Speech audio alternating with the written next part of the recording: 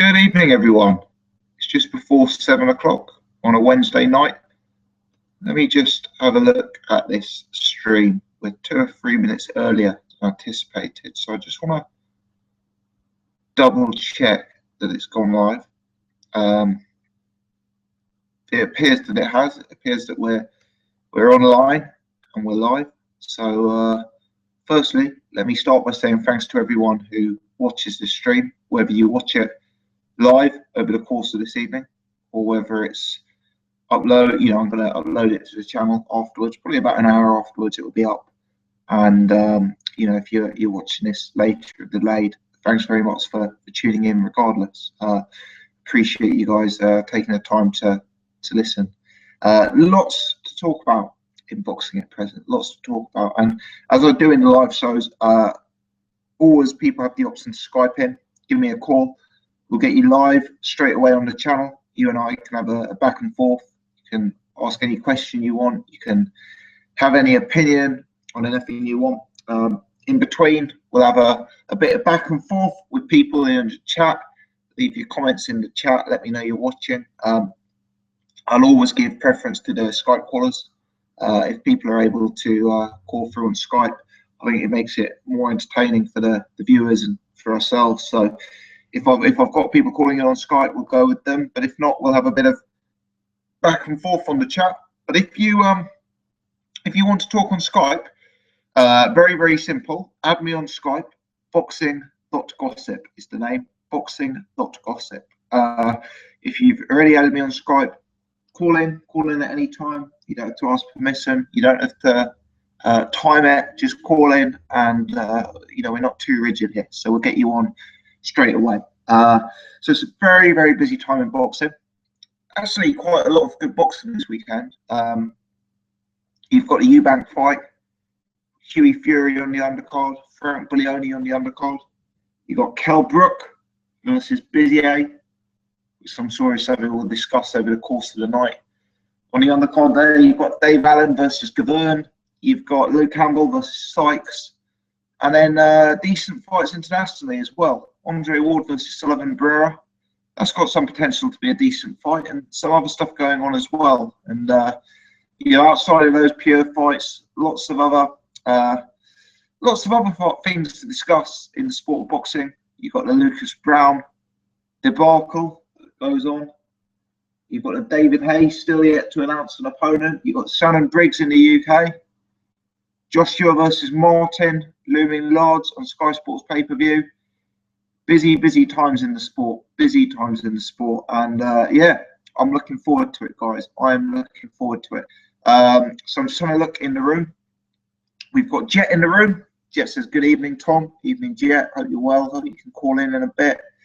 Samir says, evening. Evening, Samir. Hope you're well. Thanks for joining. Kiwi 007 says, coffee time.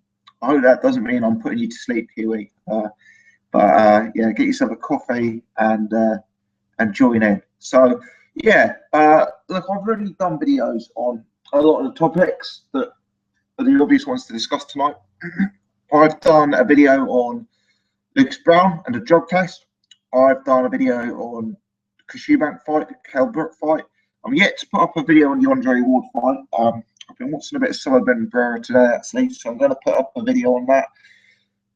Maybe I'll do a video on Dave Allen Gavern. Maybe I'll do a video on Campbell versus Sykes. All depends if I get time, actually. And does anyone know what's going on with the weigh-in? Is the weigh-in open to the public for Eubank versus Blackwell? Because it's on Friday, isn't it? So I may try and head down if it's open to the public. So let me know. But all of those topics we can discuss. Again, as I say, we're not going to keep it too rigid. We can flex it up if people want to discuss other things. So I'm going to get the Skype up and running. Let me just get it set up now. Perfect. So Skype is live. Anyone wants to call in, please do. We'll get you straight on and get things moving. In the meantime, Yusuf says in the chat, Chris Eubank knocks out Nick Blackwell. You may well do. If you've been watching my videos on the lead up, you'll know that I'm quite fancying Eubank on points. Blackwell's tough. He's durable. He's fit. I think Eubank's power is massively overrated. But we shall see. Maybe he can wear out Nick Blackwell and wear him down. James says, yes, no. Does Floyd fight again? If yes, who would you choose for his last fight and who is most likely? Does Floyd fight again? Do you know what? My instinct is yes. I just feel that the Berto fight was such an underwhelming way out of the sport for an ego as big as Floyd. I really, really do think that we're going to see him fight again. Mind you, if it was his preferred date in May, we'd have probably seen him announce it already. So probably not going to be this May, but we shall see. Most likely opponent, certainly Danny Garcia. Marketable, unbeaten, well known. Who would I most likely like to see? I'd like to see one of the younger brigade. I don't think Danny Garcia's got much of a chance of beating Floyd. Kell Brook, I'd find interesting. The Porter Furman winner, I'd find interesting. Maybe Amir Khan, depending on how his fight goes with Canelo, obviously. So yeah, there'll always be interest in Floyd, and I just wonder, for a guy like Floyd, will 49-0, will finishing your career in Andre Berto be enough? I'm not so sure. Kiwi 007 says it's 8 in the morning here. It's a good start of the day with a bit of boxing chat. Well, I'm glad to get involved. Yusuf says, do you think David Haye will win a world title? Probably, because the world title is so much more fractured now. You know, could David Haye beat a Lucas Browne if Lucas Browne even remains a world champion? And no, could David Haye beat an Anthony Joshua or a Charles Martin? Yeah, I mean, as you guys know, I picked David Haye to beat Joshua at this stage. So if David Haye does beat if Joshua does beat Charles Martin and Joshua becomes world champion, there's so much money in the David Haye fight that you'd have to assume eventually that will happen. And yeah, I think David Haye probably will win a world title, really. But we need to see him tested a bit more, because we didn't really learn much from the Mori fight, and there's got to be doubts about David Haye. You know, I've always thought his style wouldn't be a style that would necessarily age well. I mean, sure enough, he put in a slightly different performance. He boxed a bit more. He went to the body a bit more. He jabbed a bit more against Mark Mori. But the fight was so one-sided. The fight was over so quickly. There was a real limit to how much we could learn about it, actually. So we'll have to see. Jamie says he took Clem, which is the stuff that Lucas Browne's been done for, and I was cutting for the summer last year. It's really good, potent stuff. But I strongly believe he was spiked, judging by the antics inside the ring that night. Who knows? Who knows? As I said in my video, I'm going to probably reserve judgment till some more stuff comes out. But he'd have had to have been stupid, wouldn't he, to have taken it knowingly. First happy, last beat. David Haye's a credit to UK boxing. It upset some people with that comment. Kiwi says David beats Joshua, in my opinion. Yeah, I strongly agree. So, guys, there's about 20 people watching live. If you're one of the 20, firstly, may I implore you to support the channel. Please hit the thumbs up button. That helps spread the word of what we're doing here, spread the channel to a wider audience, which will hopefully mean I can build things out and I can get some new callers and more people calling in. And secondly,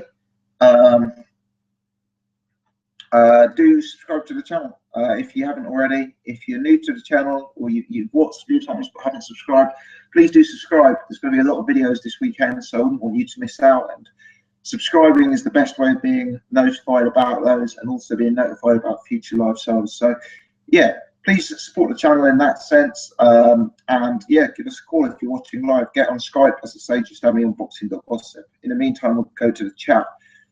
Jet has just done a video on Browne and Floyd. What are my thoughts? We've been here before, haven't we?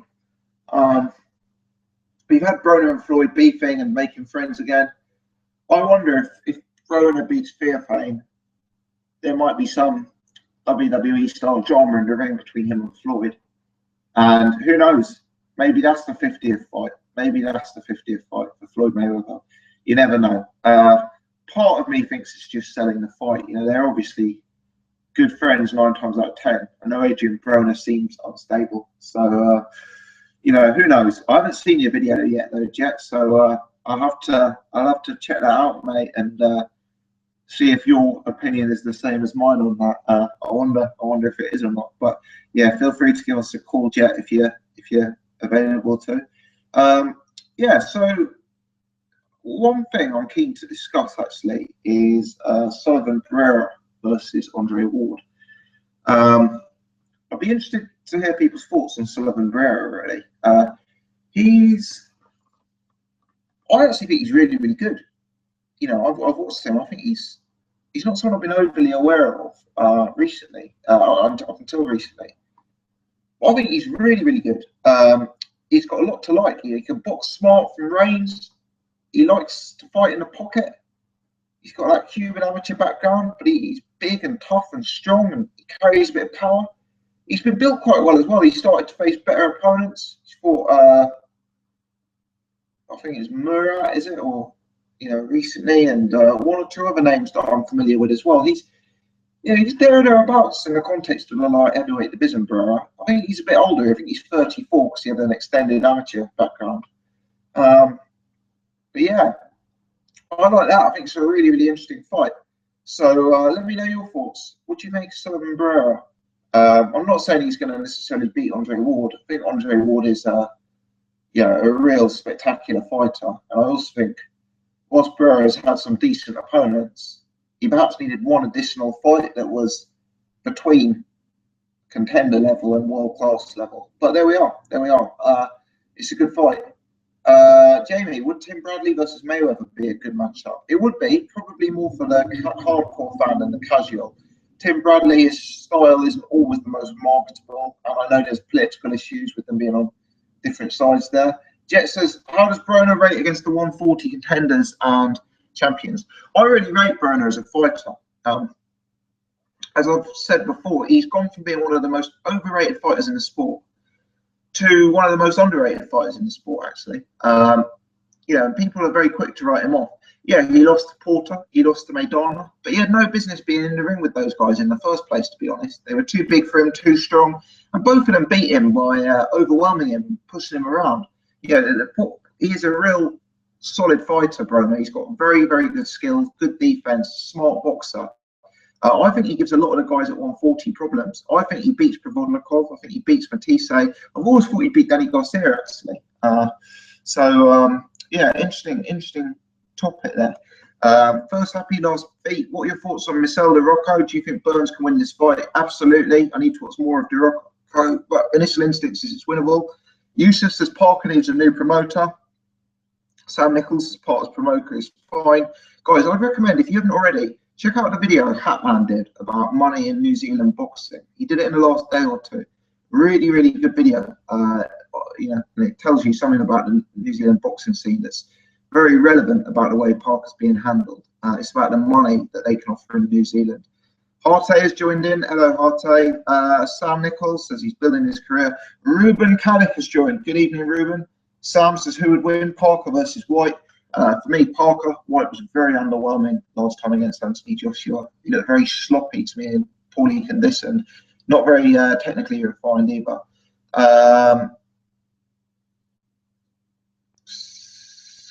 Kingdale Clark. What do I think of Edwin Valera? Need to watch more of him, to be honest. I haven't seen too much. Jets says Valera's class. Jets says Parker beats White. Harte says Parker would put his fist through White. White's defensively open. Kingdale Clark. Could Valera take out Pacquiao? Have you ever been to Venezuela? I haven't been to Venezuela, no. Kiwi says the stuff clears. He's talking about cleanliness drugs clears in your system in 3 days. So why would you take it so close to the fight? It makes no sense to me. Correct. When you put it like that, it doesn't make sense. SGS Sports. Eddie says one more world title fight for April 9th. Could it be Jamie McDonald? Possibly. He'd be one of the more affordable guys to get on. Rothmas says Jamie's in camp now, so it could well be. Jamie says, although I'm British, I hope Joshua gets sparked. Can't stand the hype. Reminds me of Bruno. I like to support British fighters. I wouldn't want him to get sparked, but there is some of the fans are just too much, aren't they? Harte says, how many multiple Cole millions will Fury make in the Klitschko rematch? I reckon about 5 or 6. What do people think? First happy, last feat. If Briggs gets on the Scottish card, who's the likely opponent? Just journeyman, Jason Gaverne. Jet says, should I call in? Absolutely, call in, Jet. I've got 2 people add me on Skype, actually. I've got Sam and Dale, so just accept your ads now. Thank you very much, guys. Please feel free to call in as well. But yeah, Jet, give us a call. Everyone and anyone, give us a call. Whoever calls first will get on. Draftman says, how do I feel about Dave Allen fighting Gaverne? I'm probably going to do a video on it. You know, Gaverne, he's not going to beat Dave Allen. He's too late notice. You know, he's had bad injuries recently. I would say personally, it's as good an opponent as we could possibly expect, given the late notice. You know, it wasn't going to be much better than Jason Gaverne, given the late notice. So fair play to Jason Gaverne. Yusuf says Ahara Davis looks good. Maybe, I don't know. Do you mean he says looks out? Kiwi says $1 million purse been offered and the fight will be finalised within the next 2 days. Will be held in Auckland. Yeah, $1 million purse really doesn't, you know, that doesn't impress me, to be honest, for a fight of this magnitude. You consider that Anthony Joshua and Dillian White probably just fought for a purse of what, $6 million, something of that nature. And this is only doing $1 million. You know, so for me, that's not a big amount of money for a fight of this magnitude. It really isn't. You know, I know it might be big money in the context of New Zealand, but that does perhaps say that Joseph Parker needs to be looking abroad. Jet is calling in. Good stuff.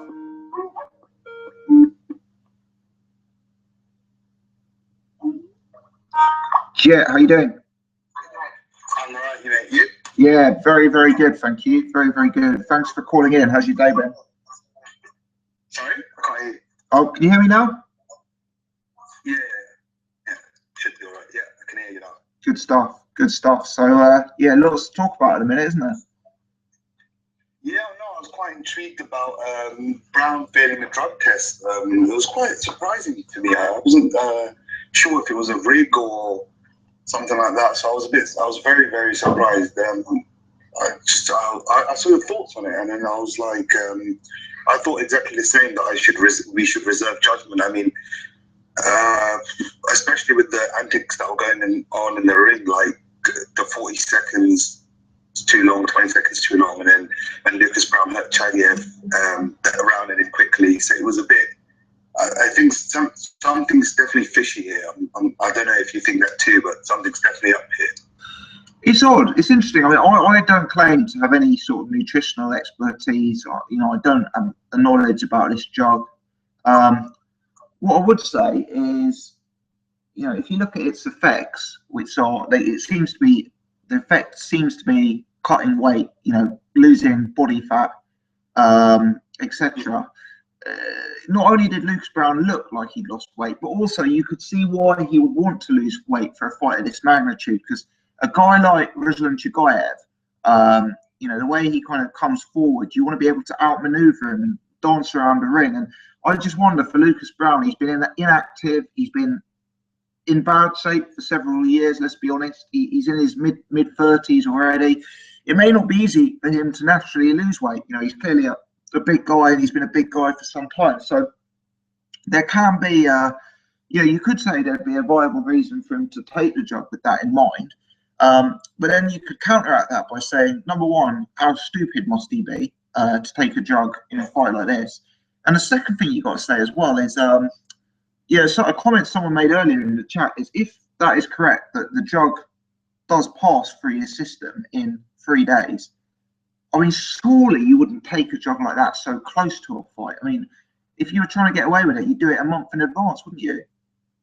Yeah, you would do it like within enough time so it clears out your system. Yeah, so get caught, you know.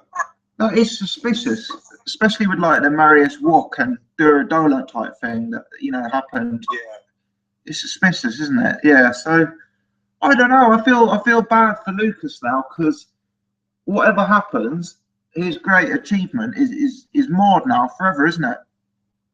Yeah, it's very much so, very tainted. So, like, you know, the people that are calling him out, there's one guy, I think he turned over. He was a rugby or football player in Australia, and he turned over to a pro boxer. He was calling Lucas Browne out, and now he said, he's a cheat, I know what you are. And, you know, even his peers are starting to say that he's a cheat. And it does, I do feel bad for the guy. He seems like a nice guy. In his interviews, he talks very intelligently. He's not, you know, you can tell he's not new to the sport. He knows exactly what the game's about. He's fighting for his family, he always says. So I do genuinely feel a bit bad, but you know, I think that's just what the game's come to. I know it happens everywhere with the judging, but you know, this sort of stuff is always been around here and there. And now I'm not really surprised. I don't know, man.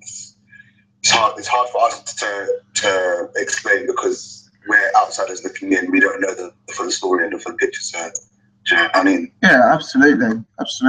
I imagine this is a story that will develop, though. I don't think it's just going to go away now. I think there'll be more to come. You know, the WBA have a decision as to whether they want to strip him of the belt. You know, then you've got will he be banned? You know, will Ruslan Chagayev, you know, get a rematch? You know, how does this affect Fraser Quendo? I think there's a lot more of this story to develop still, I believe. Yeah. Oh God, I hope Chagayev does not face Quendo the second time. Yeah. It's just so boring. I can't stand that. I don't even know why both of them. I don't even know why the WBA would even think of putting Chagayev back in the tournament. He's just so past. It's unbelievable. Yeah. I mean, sorry, go on. Yeah, no, I mean, I kind of see why they did it, because Quendo got the court order and Chagayev had the belt. But you're right. If this ends up in a situation where we have Chagayev and Quendo too, it's a disaster for the fans, isn't it? It's just, that's not even a fight as far as I'm concerned. I'm just waiting to see Luis Ortiz versus Tyson Fury. I'm not waiting to see any other of the fights, because the other, well, okay, Vladimir Klitschko and Fury too, probably as well. But even there, I still expect Tyson Fury to win the same exact way he did in the first fight. And Luis Ortiz, he's a big wrecking ball. He's a 6'4" southpaw. He's got good power. He's got a good jab. He's got good foot movement. You know, he's got fast hands. He has everything to trouble Tyson Fury. I think Tyson Fury can win that fight, but he will negate a lot of Ortiz's strengths. But that's a really good fight. That's the fight I want to watch, not a Quendo Chagayev 2. Do you know what I mean? There's no interest in that. No. I mean, we both covered Eubank and Brook. We haven't covered Ward so much. We'll dive in with Ward. How do you see the fight going? Do you see it being a tight fight, or do you see Ward running away with it down the stretch or in the middle rounds possibly? How do you see it going? I think it's a really, really interesting fight, actually. I haven't been too, I haven't seen too much of Sullivan Barrera, but I've looked into him this week. I've watched, a fair bit of footage on him and, looked at some of his older fights. I must say I'm quite impressed from what I've seen, actually. Whether he can beat Andre Ward or not is a different question. But I picked this guy from what I've seen against a lot of the top sort of 10 at light heavyweight. He's a smart fighter for me. I think he's actually been brought along quite nicely as well. Obviously, I think he's 34 years old, so they haven't taken him too slightly. And he's 17-0, and he's actually fought some real opponents, and some recognisable opponents as well. So I just feel like one or two more fights, against someone slightly higher level, maybe against like Chilemba or against John Pascal, or someone who's proven and proven sort of class act could have helped, because it is hard to jump from like a Cairo Murat to an Andre Ward. So I suspect that Andre Ward will spoil a lot in the fight. I suspect it might be one that is fought in the pocket quite a lot. It wouldn't surprise me if it's up close, and I would anticipate Ward winning a UD. But it's an interesting fight, actually, and it's a fight that I've actually become quite excited for, having watched Sullivan Barrera this week. What's your take on it, Jack? Yeah, no, I think the same, to be fair. The thing is, Ward, I don't know how his power's going to carry up to 175. He was never a big puncher at 168 anyway, so Yeah. I don't think how he would fare at 175. But I mean, he could definitely, he could definitely give Barrera some trouble in the pocket. He's very slick, very awkward. He has a lot of lateral and head movement in the pocket, very elusive. So I think later down the stretch, possibly, I think he'll run away with it.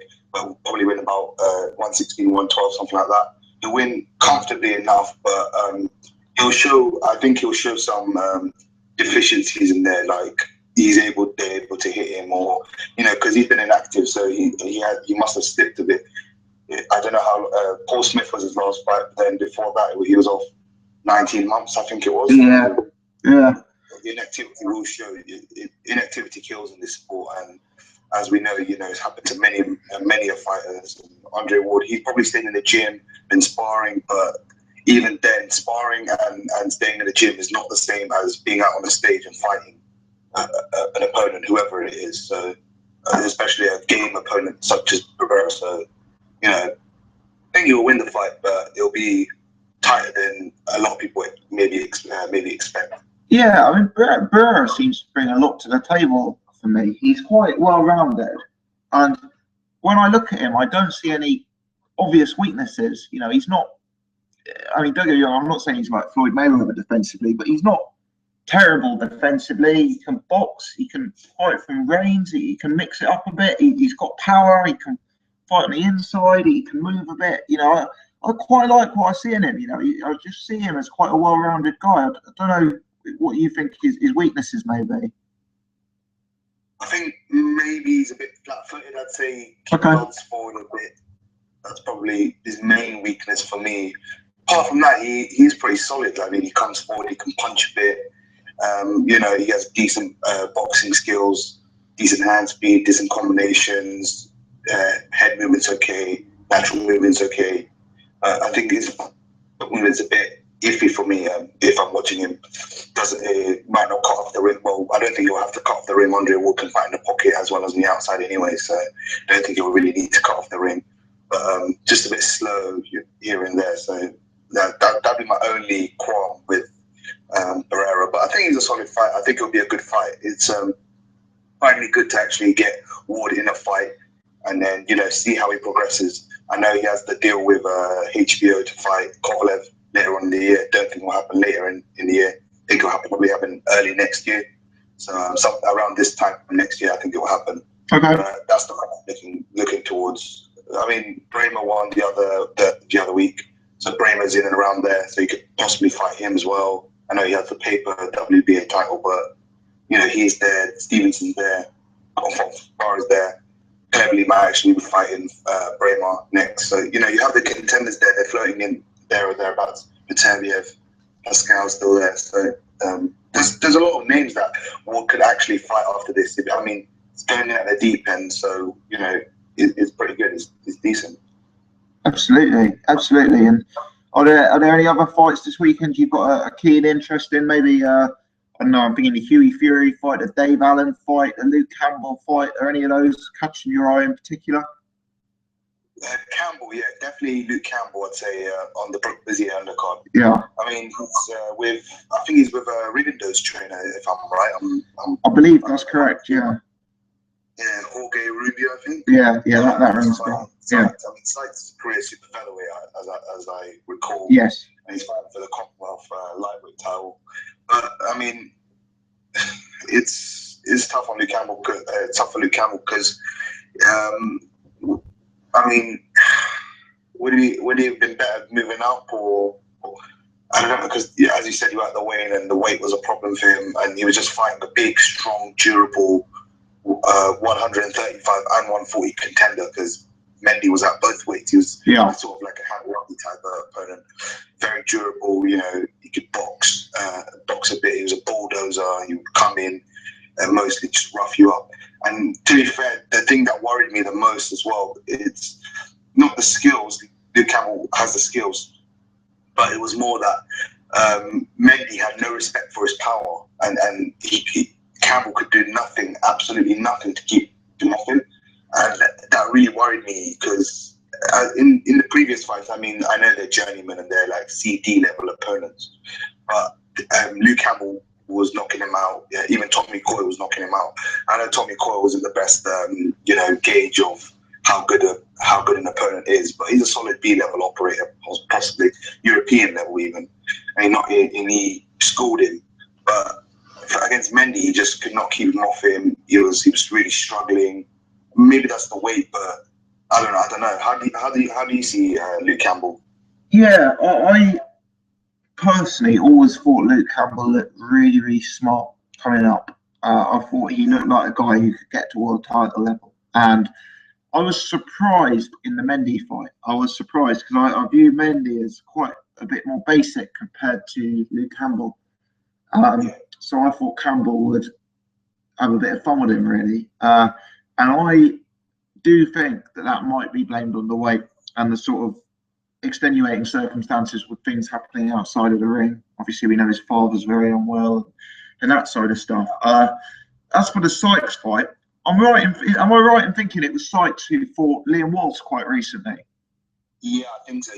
Yeah. So I mean, in that fight, Liam Waltz absolutely took him apart with boxing. Just Liam Waltz was able to look like. I mean, Liam Waltz is a very, very good fighter, very underrated, but he looked like Floyd Mayweather in that fight. Yeah. And I think that Luke Campbell will have a similar success. To be honest, I think Luke Campbell is going to be a level above Sykes at this stage. And as you say, Sykes is a career super feather.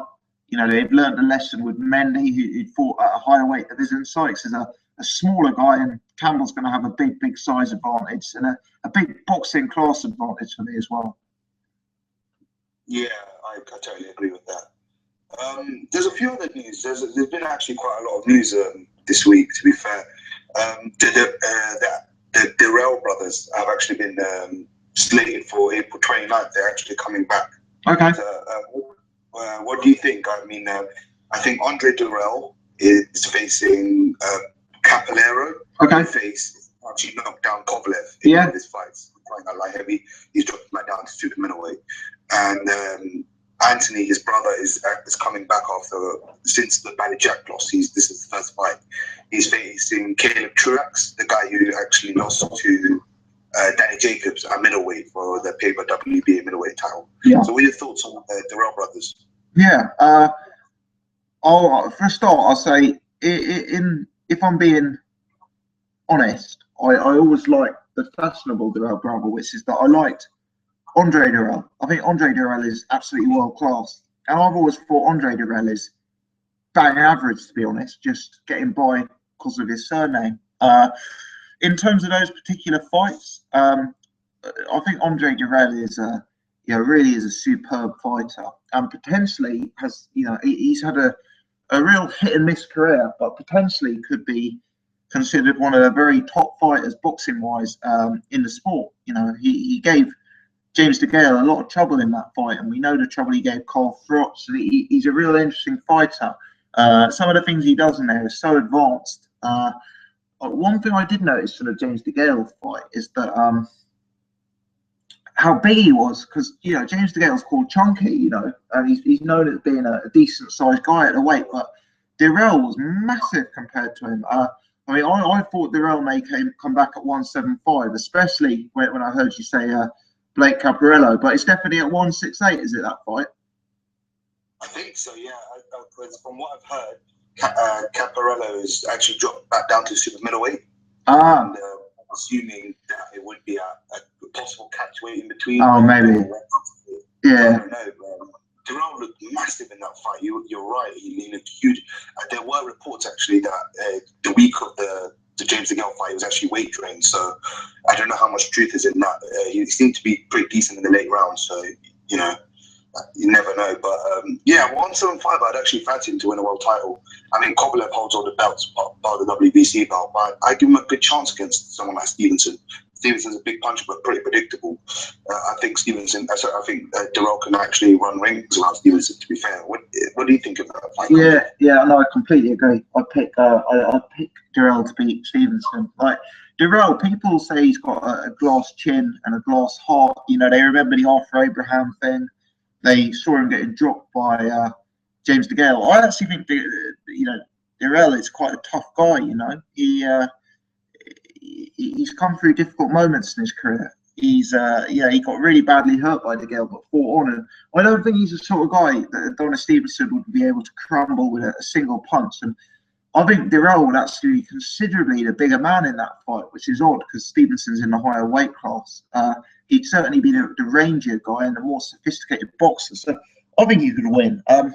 Just briefly on Anthony Durrell versus Truax. I mean, Truax is I saw him fight Danny Jacobs, actually. He's bang average, isn't he, at this stage? I mean, Andre Durrell, for me, Anthony Durrell is nothing on his brother at all. But, yeah, I'd probably pick him to beat Caleb Truax. Yeah, what are you saying on that one?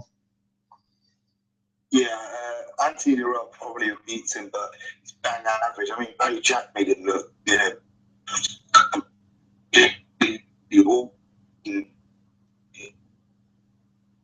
We're losing you there, Jet. Hello, Jet. Can you hear me? I'll pick the and Durrell, to be honest. Don't rate him much better than him. I mean, Andre of Super 6 tournament was mesmerising, fantastic. The way he was boxing off Abraham. Probably thought he'd done enough to nick the French fight as well. So he has been unlucky. He's had a lot of things, a lot of adversity he's had to go through. So yeah, Andre Durrell much better than him. That's just my opinion. So good being clear on that. There was someone in the chat saying Gamboa versus Browne. What's your thoughts on Gamboa? I know he's coming back. I've done a video. I don't know if you saw it, but Gamboa is obviously coming back with a new promotional company. His contract with 50 Cent is over very soon. Yeah. Coming back as super featherweight, not lightweight or featherweight. Yeah, I'm a little bit concerned about Gamboa. I wonder if the chance has been missed for him, actually. I think momentum is key in boxing, activity is key in boxing, and it's very dangerous if you're a little guy who has substantial periods of inactivity, gets a bit older, especially if you've got the potential to put on quite a lot of weight between fights. And, Gamboa on his day is a very, very good fighter to watch. We've lost Jet. I think Jet was having some internet problems there, actually. He was just cutting out the last minute or two and Jet's gone. But, yeah, just to answer that one. Oh, he's back. Hello, Jet. Can you hear me? Jet, hello. Can you hear me? Yeah, sorry, my tablet died. Oh, did it? Oh, you okay? I missed some of the stuff you were saying. Yeah. Gamboa, sorry. No worries. I was just saying for Gamboa, he's a small guy, inactive. He goes up in weight between fights. Hi, Jet. Can you hear me? Hello. Technical. Jet, hello. Technical difficulties. Jet, I'll hang up for now, and I'll still speak about Gamboa during the thing. But yeah, basically for me, I need to see Gamboa come back. Basically, we need to see something more from him. When I was on the call to Jet, I missed calls. I can see I missed a call from Jono and I missed a call from Dale. So if one of you guys wants to get back involved, give us a call. We'll get you straight on if the line is free. In the meantime, I'll just have a look into the chat. Archibald says Lucas Browne is not guilty. Saints says $500,000 for an eliminator isn't bad money. Well, I don't know. If you're thinking £500,000 between two fighters isn't great money for a fight of this magnitude. People are talking about the loyalty between Mick and Fury. Jet, yeah, don't worry, tablet died. Yeah, don't worry about it, mate. I guess we nearly done anyway. But yeah, we'll catch up again soon, Jet. Thanks very much for calling in, mate.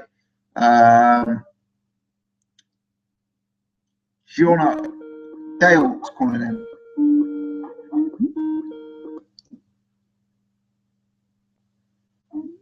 Dale, how you doing? Hello, how are you? Yeah, very good, mate. Very good. Thanks for calling in. Oh, you're welcome. Thank you for answering me. No problem at all. No problem at all. Sorry, I missed you earlier. So, yeah, how's what are your thoughts on all the boxing stuff at the minute, then? Well, I think Kell Brook should be fighting better opposition, to be honest. Yeah, yeah. I don't think many people are going to disagree with you there, mate. Yeah. It's what do you make of this Bizier then? Well, I haven't seen much of him, to be honest. But you know, I think Kell Brook should definitely fight better opposition. Yeah, definitely. Who would you like to see him fight after Bizier? I'd like to see him fight Danny Garcia.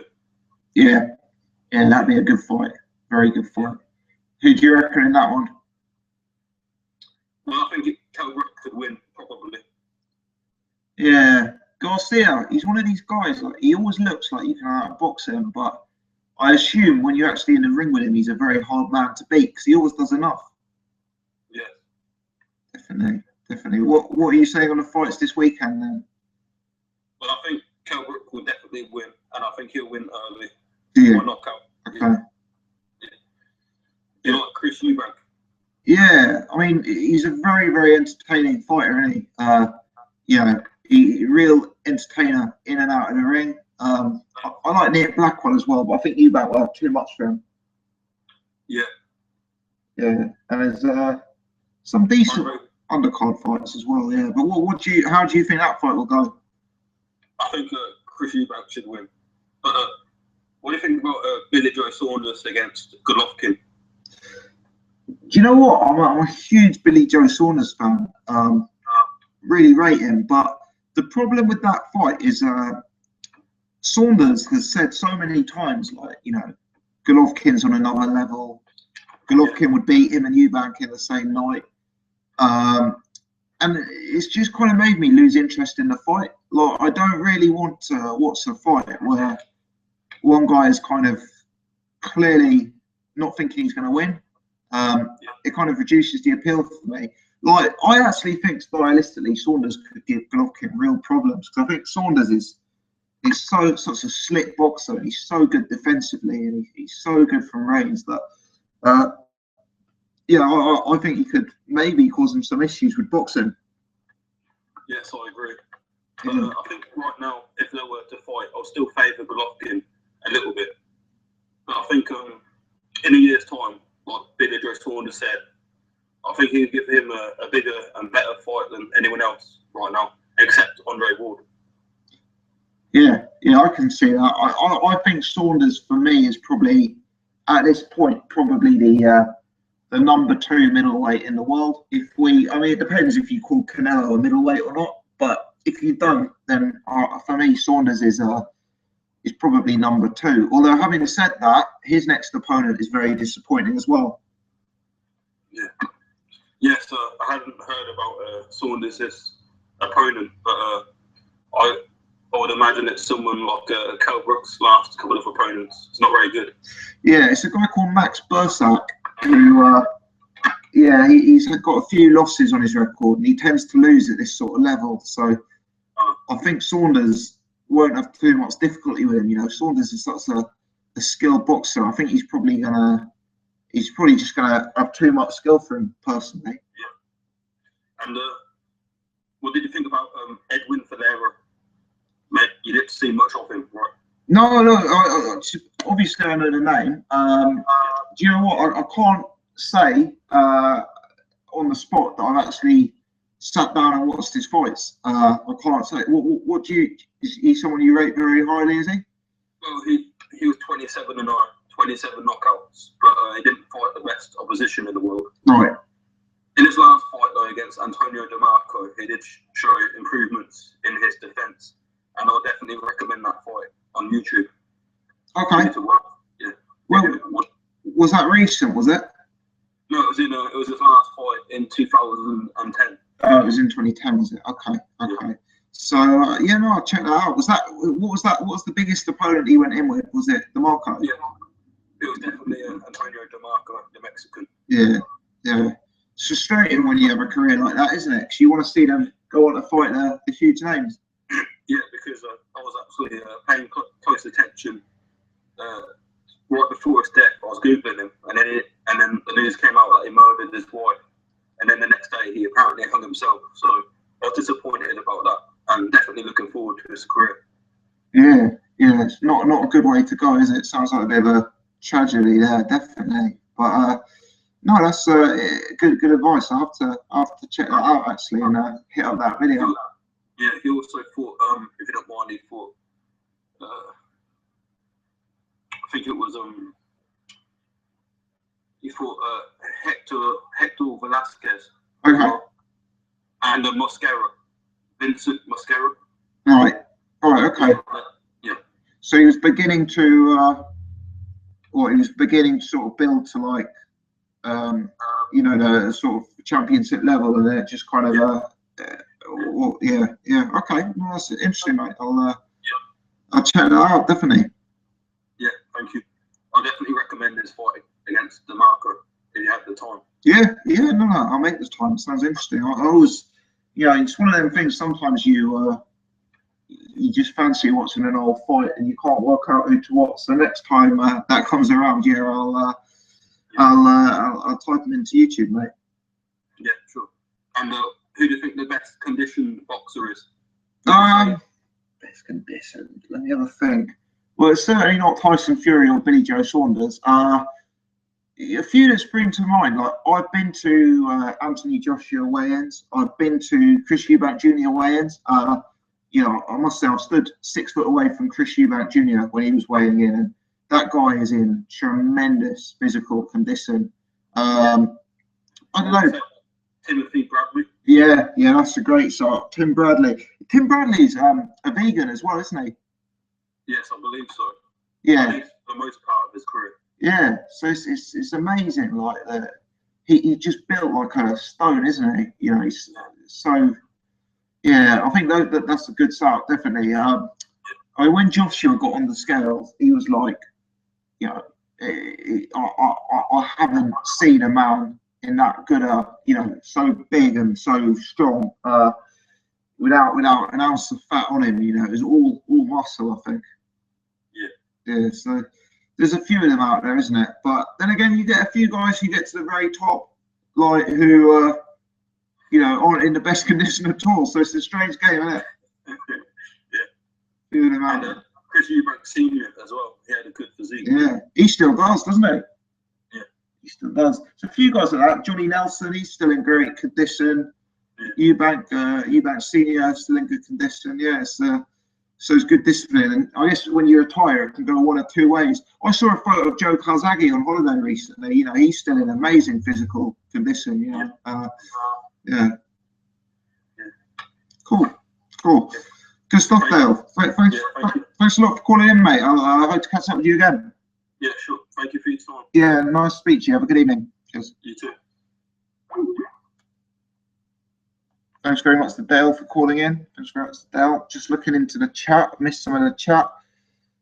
Maggie Banner, Jamie Cox is a lethal warrior. Nobody talks about him. He's lethal. I'll have to look him. Well, I know the name. Obviously. I think I've seen him fight once or twice. I need to watch him. Jet says Cox is probably going to jail, so the hype on him has died down. Escabate says sometimes fighters spend too much on their bodies rather than their boxing skills. Well, that's, Tyson Fury once said you can't put muscle on a chin. It's more to this game than just being having a good physique, isn't it? Davin says not a big fan of AJ. He's more of a bodybuilder. Amigon says it's surprising how some retire and continue to live life to a lesser degree, but others let go completely. I'm not judging, just find it interesting. King Dale says thanks for the time, mate. Thanks for calling in, Dale. Makes it a lot more interesting to speak to other people rather than just ranting at the computer screen by myself all evening. So much appreciated. And if anyone else wants to call in, please do. We'll get you live. Just add me on Skype, boxing.gossip, or call in. Ruben, have you heard? Ruben, remind me to come back to that. I want to discuss Chris Eubank's Secret Son. Very interesting story. I got Jono calling in. Jono, how you doing? Hello, Jono. We got Jono on the line. I can't hear anything that Jono is saying for now. Jono. Okay. Keep the line free for now, Jono. If you can work out what happened there, please do call back in. We'll get you back on. In the meantime, anyone else wants to call in, do feel free. I want to talk about Eubank's secret son. Yeah, so news broke in the Sun today that apparently Chris Eubank Sr. has a estranged son in his 20s who's turned pro, and by all accounts is doing quite decently. He sold 300 tickets at York Hall, and is building a pro career. Apparently he doesn't have a good relationship with his father. They're quite estranged. So very, very interesting story that for me. Very interesting. So has anyone actually seen Eubank's son? I think his name isn't Eubank either. He's taken his mother's name, which I must say is very poor for his marketability. But regardless, you know, has anyone actually seen him fight? We've got 45 people watching us. If you're one of the 45, thanks for watching. Say hello in the chat. Give us a call on Skype. And if you're new to the channel, please subscribe. If you're enjoying it, please hit the thumbs up button. Help me spread the word. Matt Berry says, what fight am I most excited about? Parker Takam, Joshua Martin, Vlad Fury 2. For me, Vlad Fury 2. Tyson Fury is my favourite fighter. Vlad and Tyson are my 1 and 2 in the division. You know, they're the best 2 heavyweight fighters in the world. For me, that's the most exciting. Joshua Martin would come a close second. I think the high ground, that's going to be amazing. It's going to be a really interesting class as well. Parker Takam's a great fight, by the way. Maggie says Eubank is too stiff for world-class fighters. For me, I wouldn't say he's overly stiff. For me, his problem is inaccuracy. His main problem is poor defense, actually. And I don't think he deals with moving fight as well.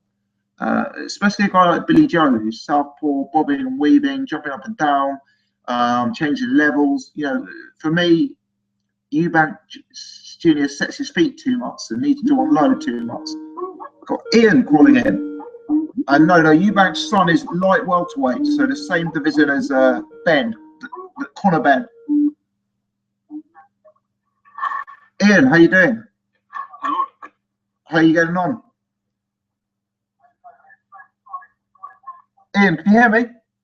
Yeah, I can hear you now. Can you hear me? Yeah. Good stuff. If you've got the live stream on in the background, would you mind hitting the mute on it, mate? Yeah, sure. How's things? Things are fine. Good stuff. What are you most looking forward to in the boxing sport this weekend then? Well, it's definitely. I've lost you there, Ian.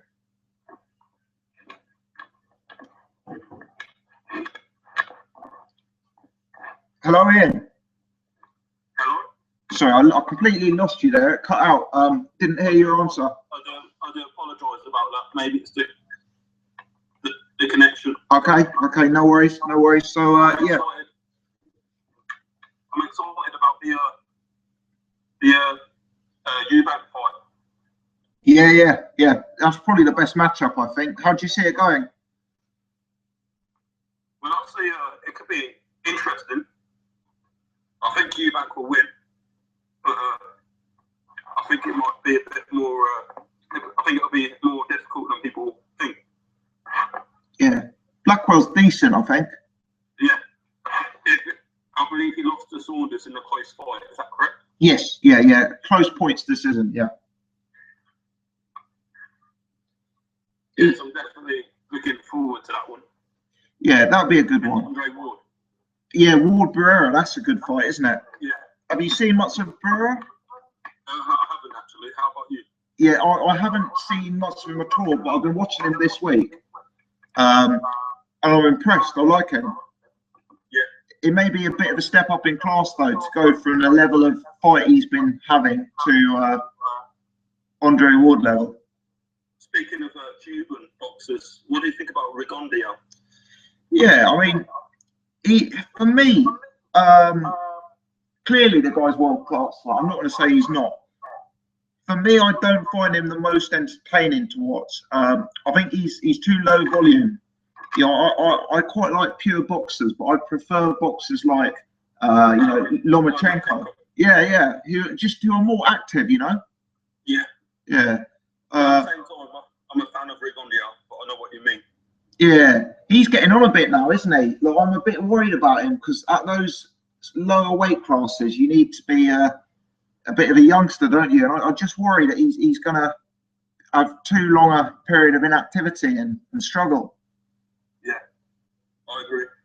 Interesting stuff. Yeah, so the same as fight in the UK got cancelled, wasn't it? Yeah, and I was disappointed about that as well because he was the main reason I was going to watch. So. Right. Did you see Zolane Tete? Yes, and I'm definitely a fan of his. Oh, he's superb. He's absolutely superb. I mean, he's got the potential to be a pound for pound superstar. He really does. Yeah, and I'll definitely watch it if he fights Rigondeaux. Yeah, absolutely. That'd be a great fight. I don't know who I'd pick in that fight. I find that a real competitive fight, actually. Yeah, I mean, I would like Rigondeaux to win, but like you said, Tete is very good and has power himself. So. Yeah, and he's just a bit more. He's a bit more active, isn't he? He seems to do a lot more in the ring than Rigondeaux. He kind of. So some of these, the fight against Paul Butler was a masterclass for me. Yeah. Yeah. And I don't think he's ever been knocked down. I don't think as a professional. I think he might have a loss as a TKO loss at the start of his career, but I don't know if he got knocked down or what happened there. Yeah, I do believe he lost at least once or twice, actually. Yeah. But he turned pro at a very, very young age, I think. So it's could be an interesting fight for him, I guess. Could be an interesting fight for him. Let's hope it happens. Cool. Good stuff, Ian. Well, thanks very much for calling in, mate. Ian, can you hear me? Ian, I've lost you again, mate, but thanks very much for calling in. Good to speak to you. Thanks to Ian for calling in. Much appreciated. Jay, sorry I missed you, Jay. It's just on the other phone, so the calls didn't come through. If you're still listening, Jay, do give us a call. Del Boy's joined. Yes, Del Boy, hope you're good, sir. Del Boy was the first ever subscriber to the Boxing Gossip channel, so always got a special place for Del Boy on the channel. He says Eubank could have had the Billy Joe rematch and he didn't want it. Fair. Carl Stevenson says, evening, Tom. Do you think Hughie and Tyson could be the next Vitali and Vlad in dominating the heavyweight belts between them? Yeah. I'm not sure if Tyson will have the longevity, though, as Hughie will. I could see Hughie being dominant for many, many years to come. Whereas with Tyson, I suspect he's more interested in the celebrity side of things, and he's going to have other things, and he's going to he's going to maybe take the big fights and get out of the sport earlier, perhaps. Who knows? Logical Tipster says Haye Davis to become world champion. I hope so. Dale says, thanks for answering my call earlier, mate. Thanks very much again for calling in, Dale. Nice, much anytime, mate. Much appreciated. Logical Tipster says, my thoughts on Haye Davis. I've seen bits of him. Haven't seen enough of him to suggest that I think he could become a world champion, but that's largely because I haven't seen enough of him, So I know he's highly rated. I'll have to look into him a bit more. YouTube says, let's go, champ. Absolutely. Everywhere you go, I go. Boxing Discussing says Chris Eubank Jr. will lose to Billy Joe again, but more convincingly due to Saunders being in proper championship fitness and routine. He won't be gassed. Yeah, Saunders is in better physical condition. Saunders has improved massively. If you contrast the Saunders who schooled and hurt Andy Lee in their fight to the Saunders who was fighting John Ryder and Nick Blackwell, people sleep on how much Saunders has improved. St. Beer says Briggs versus Cornish in Scotland. Yeah, absolutely an option. Potentially another first-round knockout for Mr. Briggs. Logical Tipster says English title fight on the Joshua card. I presume you're talking about Haye Davies. Yeah. Well, he certainly, from what I've seen, wouldn't surprise me if he could win an English title. Wouldn't surprise me if he could win a British title. I'd see him step it up a bit. I'm just slipping back in the chat a bit. Jet says Zahara Davis is very good. Same, he's not promoted harder. I've spoken about more.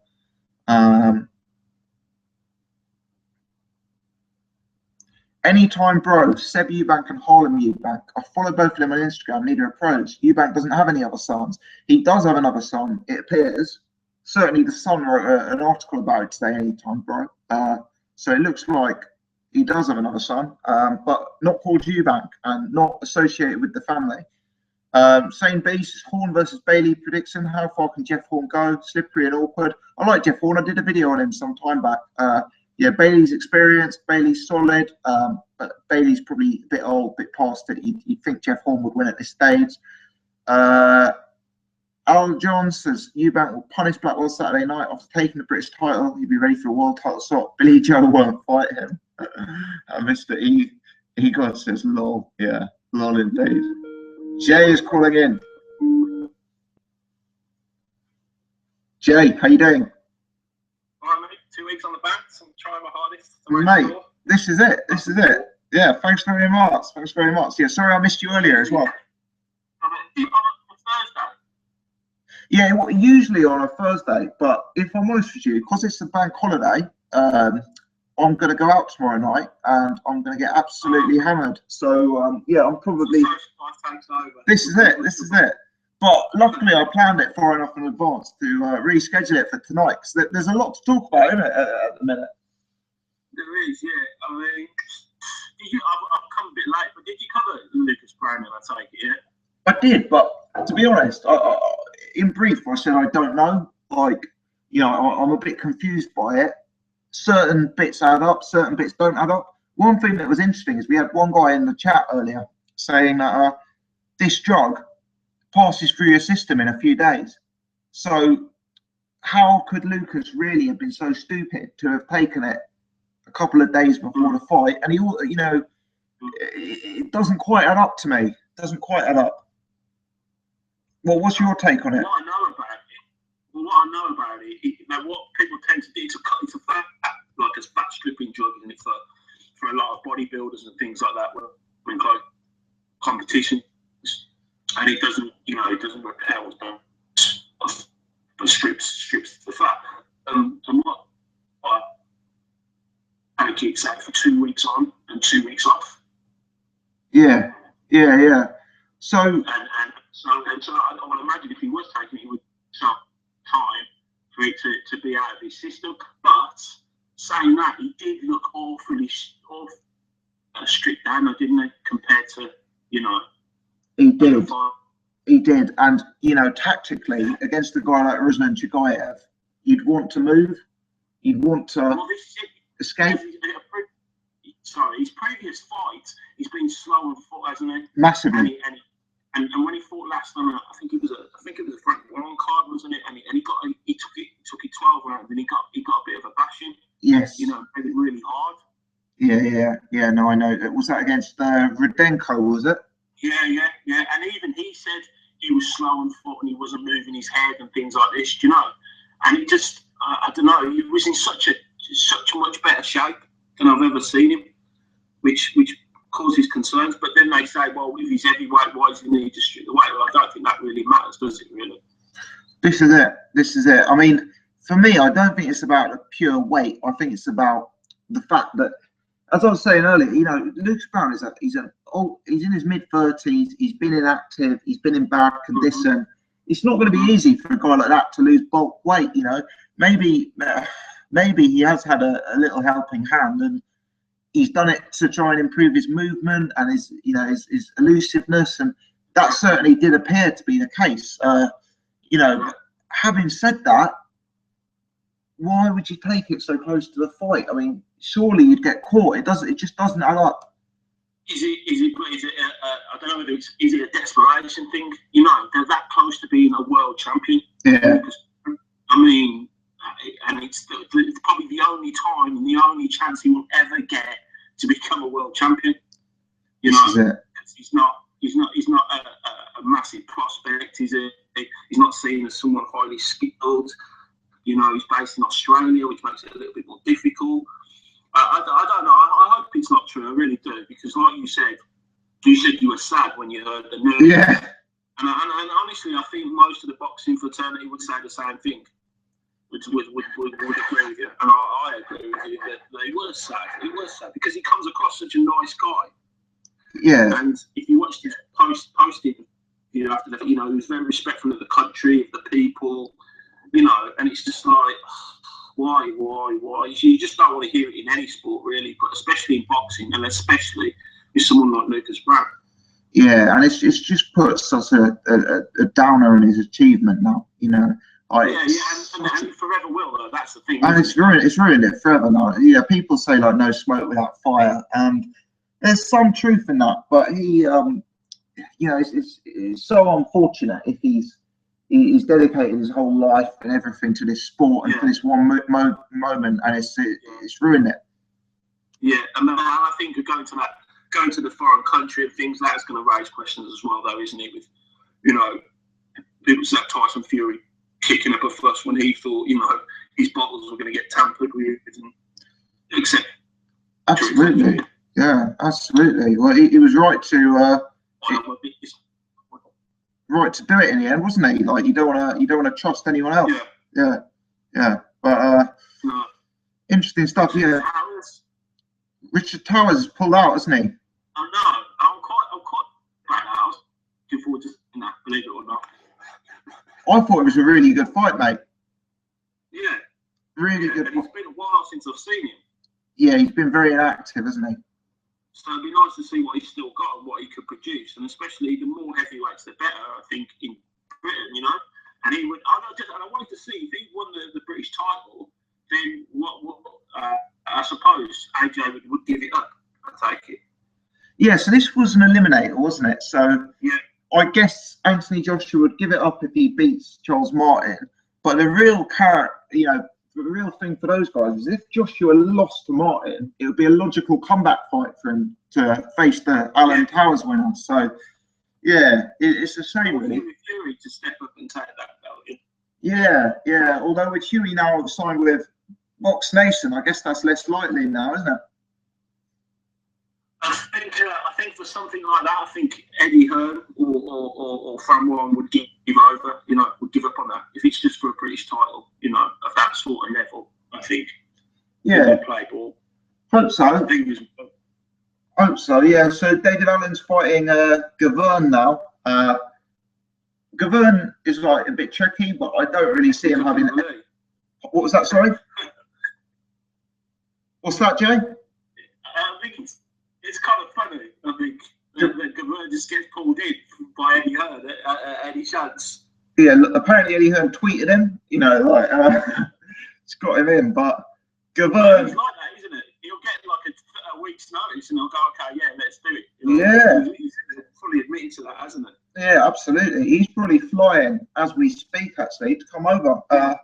You know, and fair play to him. I mean, of all the guys he's fought in his career, you know, Joshua Wilder, some big names. He's not going to be scared of mixing it with Dave Allen, is he? No, it's for him. I think with his career and the interviews that I've seen with him, and then it's just a paycheck, isn't it? It's just like going to work, win, lose or draw. You know, it doesn't really matter.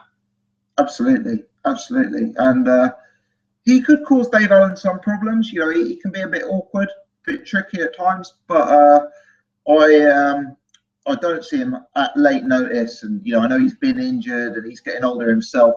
I don't see him having really any chance of pulling an upset in this one, certainly. Well, he's always game, isn't he? Yeah. He's always game for a fight. He's got some sort of profile in this country. You know, he seems to like coming over here, so you know, he makes me laugh. But you know, I'll be cheering for him, I think. Absolutely, yeah. Will you be watching the Sky card or the Channel 5 card now? I think I'll be watching. I'm a big Brook fan. Oh, you? Yeah.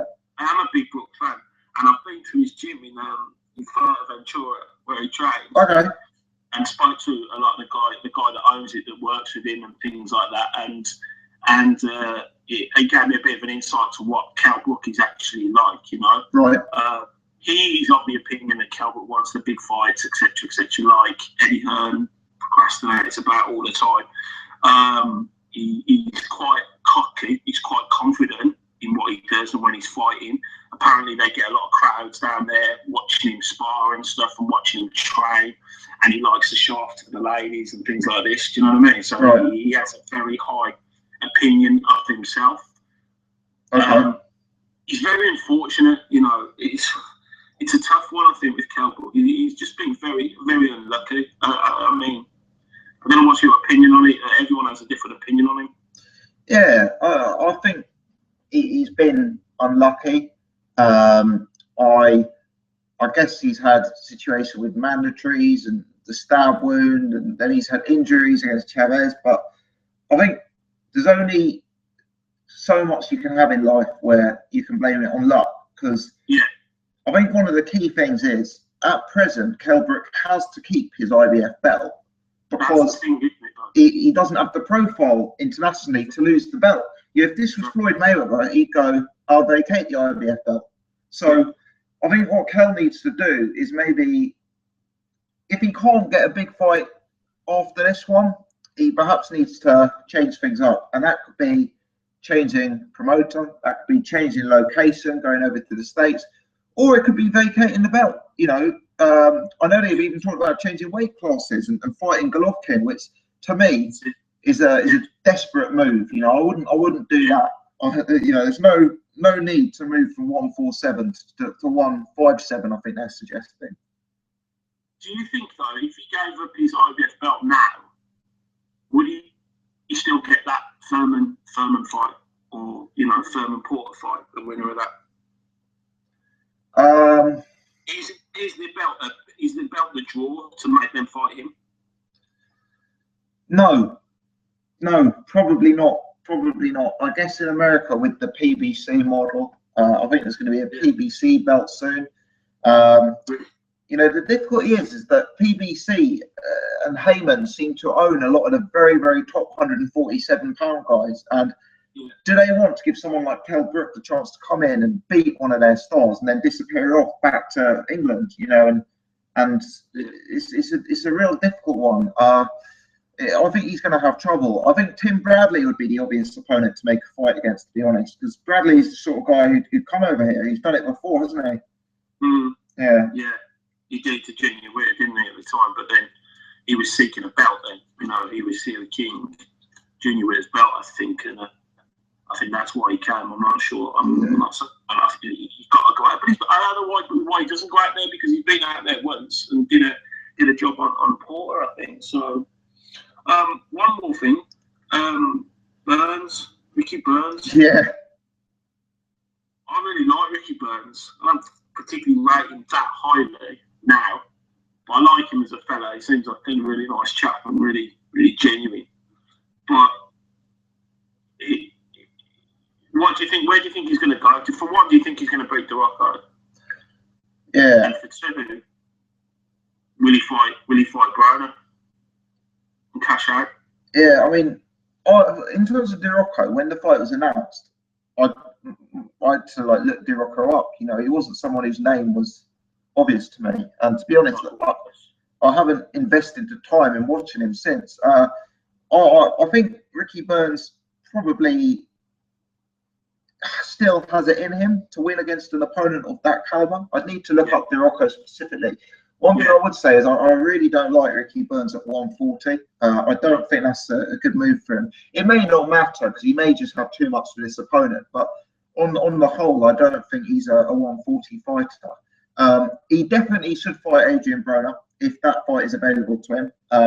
Ricky Burns, I believe, has huge financial problems due to legal issues. I believe I read that he was still part-time working in the sports store selling I don't know if that's still, but certainly when he was fighting Kevin Mitchell back in those days, so he's a guy with financial problems, and if he can get $1 million to fight Adrian Browne, he should do it. And do you know the other thing with Adrian Browne, you never know what happens. Maybe in that fight Adrian Browne misses weight and has to pay a load more money as a penalty. maybe it's another fight where Adrian Broner is such a big name that if Burns performs with credit, you know, if he loses on points and causes Broner some problems, I mean, maybe it will help him get another big fight, you know. It smells of desperation whenever I hear him, though, you know. Yeah. Because he said, you know, I could go back down to lightweight, no problem, I can make that weight. It's almost like wherever, you know, if he can make it to super heavy or cruiserweight, there was a big fight, he'd take it, you know. It's absolutely. Just making that money back, you know, which is a bit sad in a way, but it's you know, you don't want him to overdo it and go beyond where I think obviously we've seen that with many fighters, you know. Absolutely. No, you're spot on. It is sad to see, and you know, it's unfortunate that you can have a career like Ricky Burns has had and get to the very, very top of the sport, and you can still end with nothing. Yeah, if you're not very, very. But he's kind of edged Burns' golden ticket a little bit as well, though, for Scotland. Yeah. Because we know Matchroom's model is to get a name from that area, whether it be Manchester, like from there, from Birmingham, so your Thighs, you know, Macklin or whoever, and try and build a card around those names, isn't it? Do you know what I mean? And he hasn't really got that. So probably that's initially why they took him on in the first place, I would imagine. Absolutely, yeah, absolutely. And I kind of feel a bit sorry for some of the other Scottish fighters, because guys like Stephen Simmons, for example, are becoming like almost Matchroom type fighters. You know, they were appearing regularly, and the second Burns sort of dropped off a bit, then you know, the Matchroom have not worked so closely with those other fighters from Scotland, I guess. Yeah. So, okay, Tom. interesting stuff. Cheers, Jay, mate. Good to speak to you as always. Thanks for calling in. Yeah, cheers, mate. Bye. Bye. Thanks very much for Jay calling in. I actually got a message while on the phone saying from another Jay saying Justin Bieber has agreed to a charity fight with Conor Maynard. Bieber by KO, I reckon. Bieber by KO. Yeah, so no, we've not done so badly on the old calls tonight, have we? Evening, Callum. Evening, Ryan. Hope you're both doing well. Dale says, what do you guys think about Khan's physique leading up to this Canelo bout? I did a video on that, Dale. Check it out, mate. If you search boxing gossip, Khan weight, I'm sure it'll come up. I think it's a disaster for him. He needs to be focused on running around the ring and keeping his distance and moving constantly. And putting on that much fat is not going to help him, for me personally. I didn't see him train on the Emerson, though. Don't know what that is. Alan John said, lots of people underestimate Eubank Jr., not seen the best of him by a mile. I actually completely disagree. I think lots of people overestimate Eubank Jr. The worst of him hasn't been exposed because the opposition he's been facing have been sluggers who are stationary. Chet says, boxing gossip equals ratings. Always, mate, always. Maybe one day. Need you all to start liking, and I know you did, yeah. I'm not saying you, but I need you all to start liking and subscribing. So maybe one day I will equal ratings. But yeah, for the minute, Burger King ratings, maybe. Gaz says Eubank's attitude and his dad holding back. Nobody wants to deal with him. Dale says the air machine is on Fight Hype. Check it out. Cool, mate. Haye says, boxing gossip, how is my main man? I'm good. I'm hungover today. I went out last night for 1 pint with a good mate of mine, and I ended up at a lock-in in a pub till 3 in the morning, and I had to get up at 6 a.m. for work. So I'm a bit sensitive today. Had a day drinking nothing but water. Got Edward calling in. Where is Adam Smith? He's at work.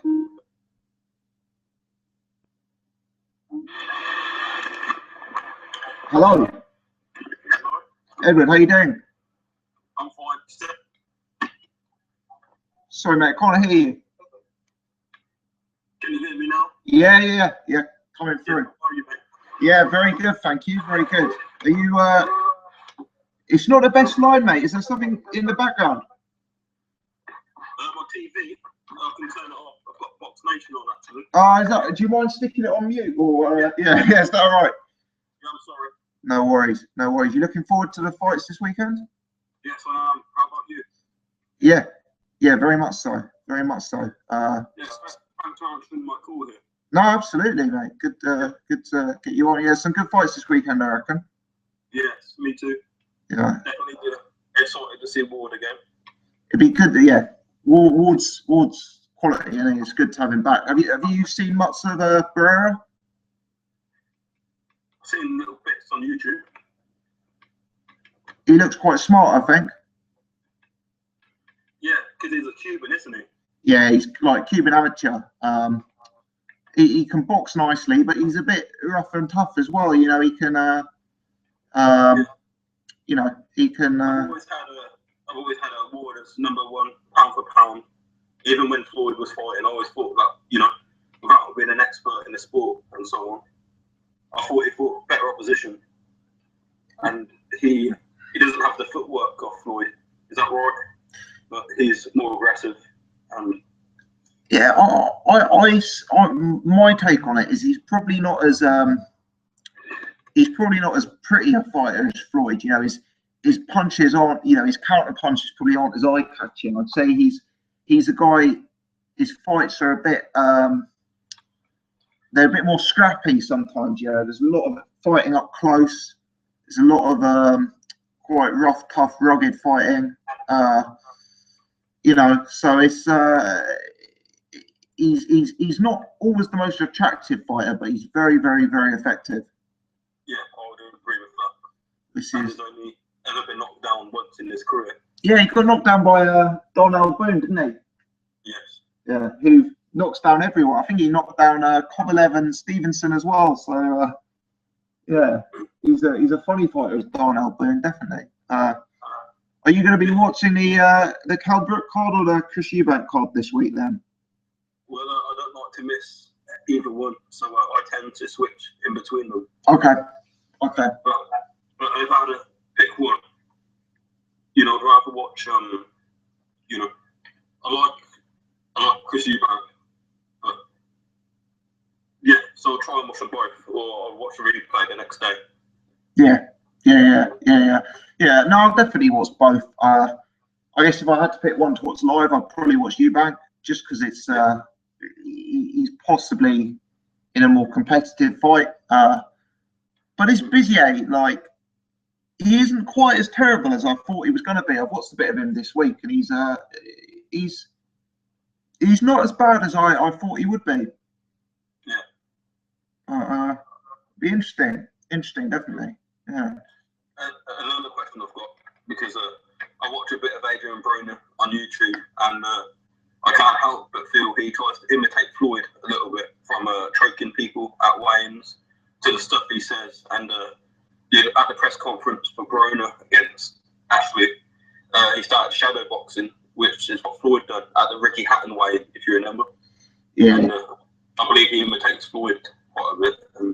I think you're spot on. Yeah, he's very, very influenced by Floyd, isn't he? If I was him, I would just try and be myself rather than imitate someone.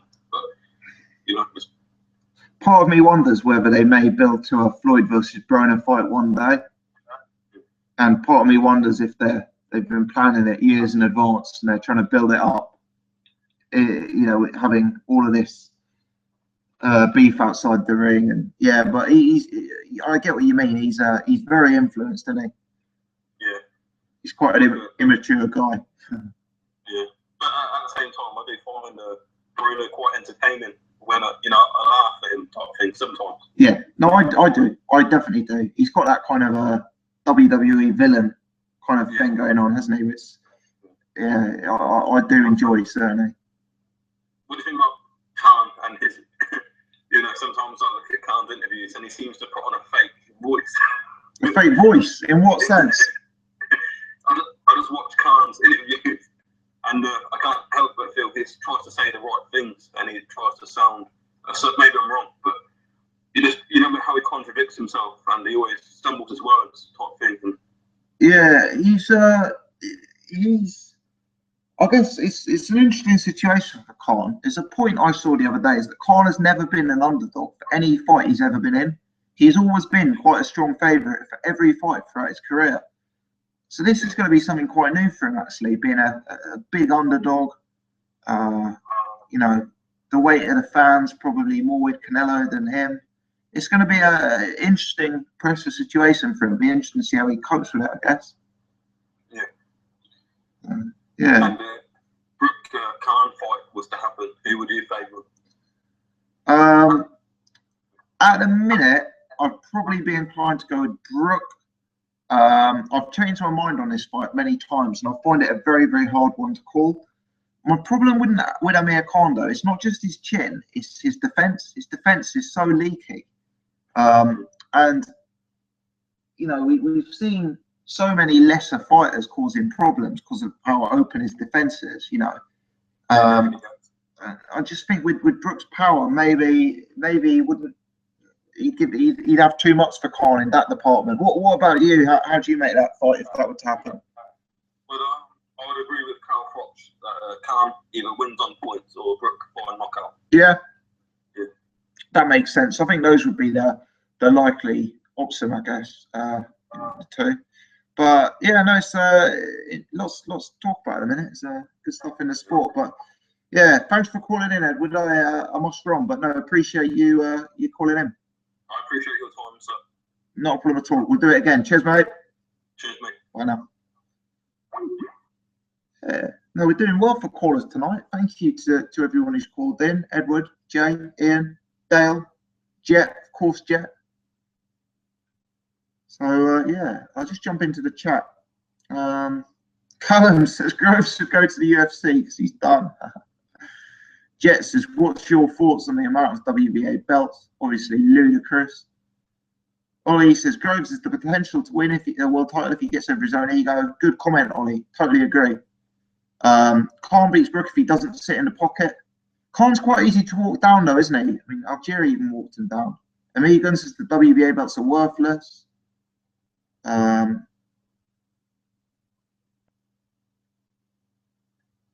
Shane says, what beer do I drink? I know he's saying BD, so he's asking Jet. If you're asking me what do I drink, probably mainly Guinness, but I do like a real ale. I have the odd lager, but I'm not so much of a lager fan. First happy, last feat. Billy Joe Saunders. I think every boxer have a drug test every 8 weeks. We have a few in England on the juice. One is fighting the weekend. Maybe first happy, last feat. There's something I don't. Ollie says, I remember his big comeback against Rabras. Jesus. Yeah, Rabras is actually an underrated guy, though. He's tough. Dragon Rider says, where is the self-proclaimed most knowledgeable man in boxing got to? He's actually got himself his first ever job, believe it or not. So he's a busy man these days. He's hard to track down. Yeah, Douglas Groves wasn't great against. Harte says, why is Fury Klitschko taking so long? I actually think the reason it's taking so long is they were scheduled to go the same night as Khan Canelo. They want to do that on a different date for obvious reasons. Dale says, boxing gossip, off topic, but what do you prefer? What women do you prefer, Brazilian or Asian? Wow.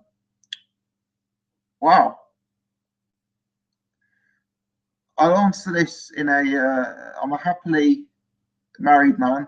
I'm not actually married, I should say. I'm long term with a young lady, so she is the only one for me. Jet says, Adam Smith or we riot. I know, but this is the problem. The Boxing Gossip channel at present doesn't have the financial clout to incentivize a contributor of Alan Smith's stature, I'm afraid. Amigan says Adam Smith. And Harte prefers Brazilians, so there we are. John says, you got to start on Box Talk this week, Tom. I know. I was a huge fan of Box Talk, like Ryan and Ade. I speak to Seri Abassi on Twitter. He is a real nice guy, so I really appreciate that. I almost fell off my chair when that happened. Yeah, those guys are doing a great job. Anyone here hasn't checked out Box Talk, I'm sure Box Talk are a lot bigger than me, so I'm sure if you're watching my channel, you'll have seen Box Talk. But yeah, definitely get on Box Talk. Saint says, do you rate Dwyer? Yeah, Dwyer is probably my favourite YouTube channel, you know. Rated him for a long time. Ollie says, don't get married. Maybe one day. Not in any particular rush. Dale says, thank you, mate. I appreciate your answer. I just wonder if you were single, which one you would prefer. First Happy Last Beat says, would the Wind-Faced Warrior beat Khan? Who's the Wind-Faced Warrior? I'm being dumb. Jet says, Serio Bassi, very vocal about you on Twitter as well. Yeah, he's really appreciate the support. He's a top guy. Ben Young says, Alvarez versus Khan, what's your view? I won't go into that in too much detail because I've covered that loads before, but Canelo by crippling knockout is my view, Ben. If you search it, you'll see my views. Louis says, evening, mate, been listening. Hello, Louis. Are you good? Ryan is calling in. Ryan, how you doing? Hello, is this boxing? Yes, Ryan. How you getting on? I'm very well. How are you? Yeah, very well indeed, mate. Very well indeed. Looking forward to all the stuff this weekend. Yeah, me too. Good stuff. Good stuff. So where? Can you hear me? Yeah. Coming through, Ryan. Definitely. I do. Apologise. No worries. Is there? Am I coming through? But yeah, just the connection was never very good here. Yeah, can you hear me now? Yeah. Can hear you now. Yeah. So, what are you looking forward to this weekend then the most? It'll probably be the Brook fight, actually. Oh, really? Okay. Yeah. Even though he's up against low-level opposition, we would, you know. Yeah. Have you seen much of Bizier? No, I haven't. No, I looked on YouTube. But... Yeah, he comes for a fight, definitely. You know, he comes forward, throws a lot of leather. He's quite aggressive. Compare him to Jojo Dan. How would you compare? Well, it's interesting because Jojo Dan beat him twice. I actually think Bizier may cause Brook more problems than Jojo Dan. I think Kell Brook is a fighter who generates his power and is smart when he's boxing from range. You know, he's got very good long straight punches. I don't think Kell Brook likes to fight inside or in the pocket so much. I think he likes his range. If you look back to that Porter fight, he was devastating from range when he could pick Porter off. Not so good when they were close and it was getting rough. And Bizier is the sort of guy who will stand right in front of you, put his head on your chest and go to work and start throwing bombs on to the body. So, I think, don't get me wrong, I don't see him beating Kell Brook. But I think it could be a tougher fight than anticipated. Yeah. He's never been down in a fight, Bizier, as well. He seems to have a very, very good chin. Yeah. So, it could be a good one. Yeah. Not competitive though. It's not the fight that we'd like to see. Yeah. I was just wondering as well. I watched the Pacquiao versus Timothy Bradley, their first fight in 2012. Yeah. But the commentary was quite biased, and without being an expert, I actually thought Bradley possibly won, because I thought the first 3 rounds could have easily gone to Bradley, and then in the last 4 rounds, Bradley picked it up, and so it could have easily gone to Bradley. Absolutely. I actually scored the fight to Bradley as well for the first fight. Rounds 1 to 3, 9 to 12, and perhaps round 7. Yeah. I don't remember the specifics on rounds because it's been too long ago since I watched it, but I could see the fight going to Bradley 100%. I think Bradley will win this recent match as well. I think, Bradley's coming off the best fight of his career. Pacquiao put in a terrible performance last time out, and Pacquiao's not got a style that's going to age particularly well. So I quite liked Tim Bradley in that fight. What do you reckon? I agree. But then again, in the rematch, I thought, I thought the same. I thought Bradley's going to dominate because the shape he was in. But even though in the rematch, I even seen a couple of rounds that could have easily gone to Bradley. Even though Pacquiao done better than he did in the first fight, his accuracy was better and Bradley fought with a lot of emotion. Wouldn't you agree? Yeah, I mean, Bradley got injured, didn't he, in the second fight? Yeah. And I guess that meant that he couldn't move and box from range as much as he'd like, and developed into a bit of a scrap. And we know Tim Bradley's got that tendency in his game. We've seen it time and time again in big fights where he's negated his boxing skill and come for a bit of a walk. But at the minute, I think that Tim Bradley is potentially the best fighter at 147 pounds. I really do. Yeah, I think he beats pretty much anyone out there. Obviously, he had Mayweather, but I think with his determination and his skills and his heart, he gives anyone trouble, really. Absolutely, yeah. I mean, there's no one I'd confidently pick to beat Bradley at the minute in the weight class, definitely. So it's going to be an interesting one. Yeah, I do like Bradley in that fight. I'm surprised how public perception seems to be that Pacquiao is expected to win. I really am surprised. Yeah, because a lot of people saying Pacquiao win the first 2 times, he'll win the third. But I can make more of a case of Bradley winning the first 2 fights. Yeah, absolutely. I think Bradley won the first fight. We certainly did win it in the judges' cards, and the second fight is a less relevant piece of form because of the injury for me. So that's my view on it anyway. And if you obviously, I'm sure you watched the fight on YouTube, the first one with the HBO commentary. It was so biased where they had Pacquiao landing every punch, even though he wasn't landing. Yeah, I mean, again, I've got to be honest. My memory is not the strongest on the fight, just because I haven't watched it for so long ago. But it wouldn't surprise me. I mean, Pacquiao is like sort of the money fighter, isn't he? He's the perception is he's the champ and the great boxer. So it doesn't surprise me at all that that he would be getting more credit than Bradley. Perhaps it's often the way, sadly, it goes. Yeah, because I watched the Pacquiao Mayweather fight in the Philippines actually because I was on holiday. Okay. And this whole I know they call them online the pack tards and so on, the people that have Pacquiao, landing every shot. And I guess it's true because when I watched it in the Philippines, even before the first bell of the Pacquiao Mayweather fight, Pacquiao was doing the shadow boxing, and they were even screaming when he was doing the shadow boxing, and they exaggerated his skills a little bit. Right, yeah, it doesn't surprise me. I think he's a very good fighter, Pacquiao. I just wonder if his best days are behind him now.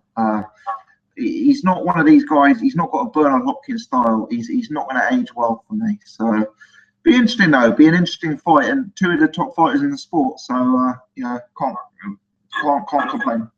And obviously after the first fight, Bradley got a lot of criticism online.